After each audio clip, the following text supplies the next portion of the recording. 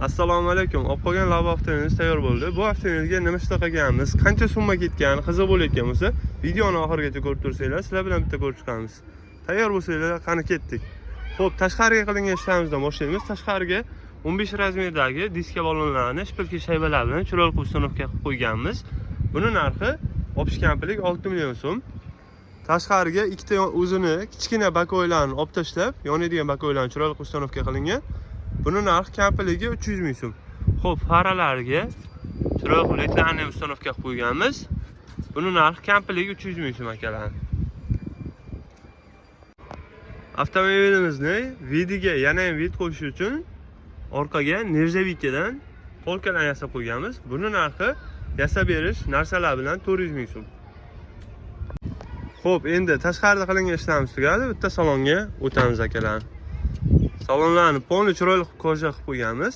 Obshivkalari, sidina chexollari, kamplik narxi hamma narsasi ichida 500 ming so'm. Maliv 2 bardi originaldan uстановка qilib qo'yganmiz. Ko'rishingiz mumkin. Xrustalni richaklar bilan. Buni narxi richaklari bilan 650 ming so'm Maliv bar.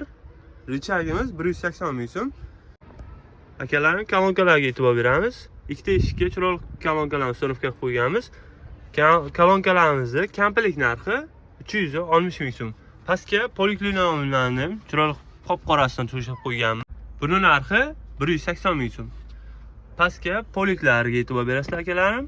Ikkitasi 60 ming so'm. O'zini brak magnitofonni olib tashab, Pioneer original emas, o'rtacha magnitofon uстановка qilib qo'yganmiz. Buni narxi 250 ming so'm.